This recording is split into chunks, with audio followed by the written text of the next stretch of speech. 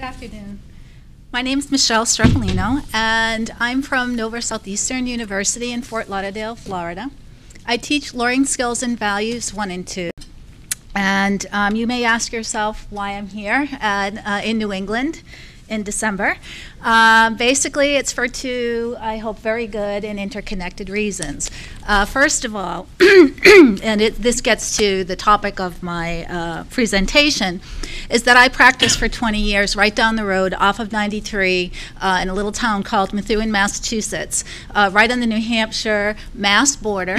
I had my own small firm, and sort of was equally divided between states in practice, but I also employed a number of first-year associates, and I would have 2 associates, sometimes 3, depending on the economy and business at the time, who worked for me. So this is sort of my home area, so I'm back in my home area. But 3 years ago, I left to teach full-time at Nova Southeastern. And in teaching lawyering skills and values, I really wanted to bring into the classroom what I had learned in my many years of practice. I was basically a litigator, and not only that, but what I learned about associates and first-year associates and what they face, and help to sort of prepare the students. So before I begin, I just want to tell you a little bit about LSV. It's Lawyering Skills and Values, and it is the first year required research and writing program. But as the title sort of indicates, it also brings in some other skills. So we build in things, as I'm going to talk about today, such as interviewing skills. We also do mediation, negotiation, and we also give them an introduction to ethics. Very briefly, it's covered in their reading assignments over the course of the semester. And I operate my class, and I know many of my associates do the same thing, as a law firm. So they come in, and they are the associates from day one, and I am the boss, of course. And every class begins with a basic office conference, and we talk about what we're doing and where we are, and we handle a case, and those are the memos. So that's just a brief introduction. These are some of the materials I've posted on the web course, the exercise description and the partial transcript. It's a handout for you. But here are some of the other materials that go along with this assignment. I did not post the client interview assignment or any of the reading assignments, but here's what they are. And the reason why I didn't post them is because there's a very narrow topic here. I have just basically taken what most LSV instructors do, and probably many of you do, which is the basic client interview assignment, and did an addition or a little twist to it. So I don't want to get off focus with that in today's presentation. I would like you to know, though, however, I have hard copies of this assignment and some other things here with me today. If you're interested in them, I'll give you a copy. I can certainly email them to you if you'd like it. Okay, so this exercise that I do, and it's really in addition to an exercise, is tagged on to the typical interview assignment. And the typical interview assignment at Nova Southeastern is basically their second memo. It's their final in the fall semester is what you would call it. It's 60% of their grade. And we sort of walk them through the creek and the first memo, but now they're on their own. And they're going to do this second memo on their own. And in the assigning memorandum to the associates, they are just basically given the basics. Who is the client, a little bit of factual background, what's the legal issue, and what jurisdiction are we in? And then the students are told that they need to prepare for this client interview. They are actually going to be interviewing the client. And this client was actually referred to us from the old client from Memo 1, which is a good thing, and I point that out. But she'll be coming in, and you will be doing the interview. So in order to do that, you need to be able to prepare. So what do? Well, they have reading assignments. The reading assignments cover the structure of the client interview. Also, we have the model reading and the model rules of professional conduct or other local ethical rules. In Florida, it's the rules for the Florida bar. And they need to do preliminary research in order to know what questions to ask. last semester, the students' memo 2 had to do with the civil battery in Ohio. So they would be having to research that issue, figure out what the elements are, and then draft those questions. And they are told that when they come into class the next time, the client will be there. They need to pass in 5 questions, but they also need to have questions. And every student will be called upon to ask the client a question. They need to elicit the facts for their memo and find out what happened and be able to elicit all of those relevant and important facts from the client. So that's the basic client memo. And when I first started at Nova Southeastern 3 years ago, in preparing this assignment, I said, okay, so this is how it's going to go, and this is what the students expect. The teaching assistant, who's now the client, will come in to the class and sit at the front of the class. The students will be sitting there, and I will be there with my cards, and I will introduce the client and then call on a student, ask a question, get an answer, call on another student, ask a question, get an answer, and everything will proceed in a nice, orderly fashion. It'll be pretty predictable, and it'll be overall a nice experience. Well, after coming out of many years of practice and working with many new associates, I realized that that's not really what happens. And there's a little bit of a disconnect here. Because generally, what the new associate faces when they walk into that first interview is either a very confused client and or emotional client, and they themselves can be very confused and or emotional after the initial interview, and these pictures are interchangeable depending on who's the client. You can use your own imagination as to who's the client and who's the attorney. I have left many interviews like the woman on the bottom, but that is what I was thinking about in terms of, well, how can I sort of solve this little disconnect? It's never too early to start to prepare the students for what it's like out there in reality. And you know, what I'm dealing with, though, is first-year law students. They haven't had professional responsibility. They're used to just following instructions if you can get them to do that in terms of getting their assignments done. And you know, they just think that, as I said, they're going to come in and ask these questions. But in the real world, what happens is you have this emotional client. The client many times wants to take control, and they start asking questions that are not expected. And maybe the students haven't anticipated these questions. And so I decided that, well, I have an opportunity here because part of this reading assignment is to talk about some of these ethical issues that may arise during the client interview. So why don't I try to build them in to create a real-life type of situation for them? And the key here is that this is totally unexpected, right? The students are not anticipating that they're going to need to deal with this. So I decided to try to build these questions in. So how it goes, and I prepared my teaching assistant to do this, is to come in, and the teaching assistant has actually helped to draft this memo, the facts. We've created it, we've come up with it together. So the teaching assistant knows quite well what facts should come out. And when she sits down, instead of me just going to the students, she is emotional and acts emotional and as the client and starts asking the students questions. Because what I want to do from the beginning is to shake it up a little bit and show them what it's like to be in the real world, to challenge their perception of what it's like to be a lawyer.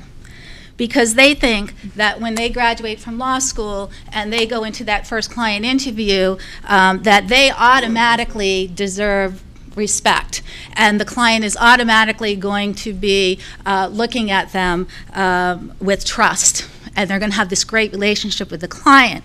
But the reality is, from my experience, when you send a new associate into that initial consultation with the client, they're thinking about who is this kid right out of school and how are they going to handle my life crisis. So the new associate has to work with that and has to realize that because they, of course, need to build client confidence to have that good communication. So what I'm going to do now is to show you, I put together 5 questions that I have built into this twist on the interview assignment. So these are questions that the teaching assistant, the client, unexpectedly asks of the class. And the way I handle it is, because it is unexpected, is that the teaching assistant or the client will ask the question. The students are automatically silent and a little bit panicked, and they're looking at me. You know, what are you doing? Wait a minute, this is not how it's supposed to go. And so I let the silence be there, and eventually somebody gets it, that they're going to have to answer. I don't call on them because it is unexpected. And I wait for volunteers. Eventually somebody will volunteer an answer. And generally, I take whatever answer I get from the question and move on. And I don't discuss it any further during the client interview.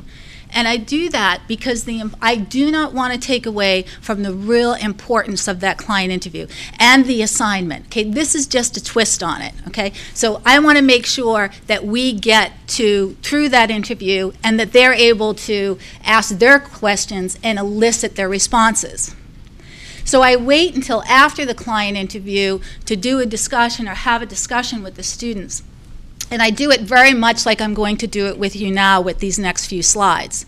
So it's after we're done and after the client interview is done, I say, okay, let's go back and think about what questions the client asked and how does that relate to the reading assignments that you had, and let's have a discussion about that. I always then, after the client interview, I put together a transcript. It's really done before the client interview because my teaching assistant and I work so well together. I know what we're looking for and what facts have to come out.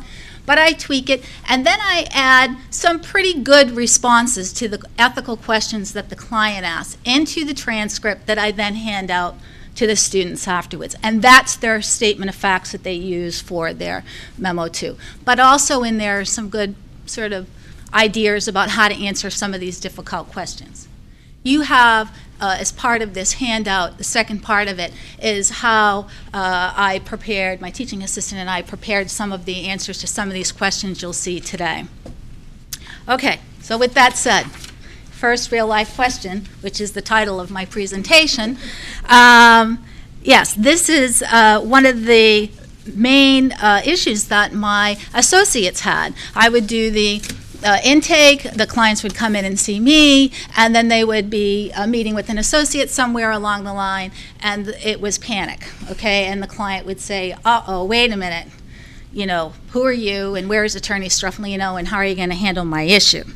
But this is the first question that the teaching assistant comes in, sits down, and says, who are all of you? And I thought that Attorney Struffolino was representing me. Well, there's a lot of silence. Eventually, using common sense, somebody will usually volunteer, well, we're working with Attorney Struffolino, and they, come up with something. But, it sort of lets them know that things aren't going to proceed just the way that they thought. But the important thing here after the discussion, or to discuss after the interview, is that I call it sort of the 3 C's here: communication, competence, and confidence. And this plays into their reading on these ethical rules. Of course, you have to maintain communication. You have to explain to the client why it is and that you're working with the senior partner, and that's important. But you know what? You are competent, and you're competent to meet with that client and get that information and help that client because the ethical rules actually tell you that they are. And that's covered in their reading assignment. That the ethical rules say a newly admitted attorney can be just as competent as an experienced attorney, as long as they have those basic skills. The most fundamental skill of which is the ability to identify what the issue is and to be able to deal with that issue and do some research. That's what we do right, in our research and writing courses. And so, yes, you will have that skill. And because you have that skill, and you are even more competent because you'll be working with me or your senior partner. So you can be confident. So that's really important to any attorney-client relationship, especially when they're looking at you like you just got out of school. All right, here's another question we throw in. The student then says, well, you know, my friend, who actually is a client from Memo 1, is in the waiting room, and I'm really emotional, and I'd like her to come in and help me out. I can't really answer the question. She knows all the information. She won't say anything. The students basically get this. Usually they get and understand attorney-client privilege. And they get and understand it either because they're watching it in the movies or on television, or they've had some experience, or maybe even they've done the reading assignment, okay? And that would be really good to think about because one of the parts of their reading assignment talks about client confidentiality, that it's their job to make sure that they do nothing to breach that confidentiality.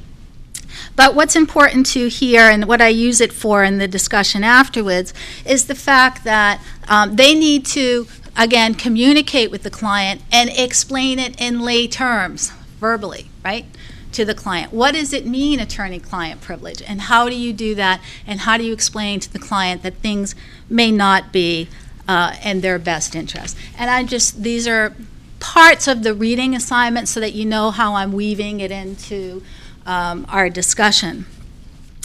But interestingly enough, I had a former paralegal in my class this past semester who automatically said, yeah, but they consented, the client consented. And we talked about that term, informed consent. What does that mean? Do you know what that means? You know, you can't just say, oh, okay. She can come on in because you understand. So that was a good fertile ground for discussion as well. Okay, with this question, and I instruct the teaching assistant as the client to say, wait a minute, now I'm dealing with you. Is this going to cost me more money? I gave Attorney Struffolino a retainer. I hope it doesn't go over that. And I do that because one of the most uncomfortable topics for a new associate to deal with, and any lawyer to deal with, is the issue of fees. So I throw it in there. Never too early to expose them to the fact that these are some of the things that can happen. And so they don't have a lot of material or background to deal with this question. But their reading talks a little bit about fees. But, you know, that uncomfortable feeling when I ask that question and their silence, because really they have nothing in their reading to sort of back up some of these questions, mimics how uncomfortable it is to talk about it. So that in itself can sometimes be an important lesson. But in the discussion later, we talk about that it should be in writing and so on. But, you know, it's interesting how enlightened they are sometimes, and even shocked about what they have to do with these fees, and the fact that, you know, it's not their money, it has to be in some sort of escrow account, and they're really shocked to think that they might have to give money back. Okay, that's the part that they don't quite understand. This I didn't include this year because it didn't go along with our issue, but when I had a covenant not to compete problem, I built it in, and I try to build it in into our ethics discussion somewhere along the line about what happens when a client sort of indicates that they might want to do something that is wrong or unethical, or not unethical for them, or illegal, I should say. And I like to raise this with the students because other than the ethical rules of confidentiality and disclosure, and when you have to disclose and when you may disclose a client confidentiality, all that they're going to get in professional responsibility. They're going to have to study it anyways for the MPRE, but all that, they can read the rule. But I like to use it more in terms of, especially in the interview assignment, for two reasons. Don't shoot from the lip. You don't know yet whether it's even an issue, okay? So you really need to think about it first. And secondly, use it as an opportunity for you as an attorney to determine whether you even want to represent this client. Because an attorney-client relationship is just that. It's the two of you. And if you get an indication that this client might be a little bit shady, and you explain to the client why maybe they should disclose certain things and why that's important, and they don't want to take that advice, get out, okay? And, you know, that relationship is not going to work. So that's what I use that for. And then the last one, which at the very end of the interview, I have the student ask, okay, can I have an answer tomorrow? And so right away, one of the students says, yes, you can have an answer on November 21st, because that's when the memo's due. But that's not going to work. So, but I use that as an example. It's covered in their ethical rules about reasonable communication, and if you can't promptly reply, then tell the client why you can't promptly reply. But I also use it because in reality, the clients come in and they have this mess in their life, and they hand it over to you as the attorney, and they want you to fix it immediately. Okay, that's exactly what happens. So the best thing that you can do is to keep that communication open, be honest, let them know, keep in touch with them, and that'll just help in the attorney-client relationship. And then I just end with, you know, again, telling them the 3 C's. You are competent, you know, and you can communicate these things, and you should be confident that you can handle the problem. And you know where to go. You have your ethical rules, you have your supervisor, and I include a link to the Florida Bar Ethics Hotline, and in New Hampshire you have the New Hampshire Association Ethics Committee, and just so that they know that it's like the Blue Book, right, these ethical rules. You're not going to memorize the Blue Book, but you need to know where to go in the Blue Book to look at the rule again to make sure that you're on the right track. And that's the way that I try to approach the client interview without taking away from the ultimate goal of getting those facts. Thank you.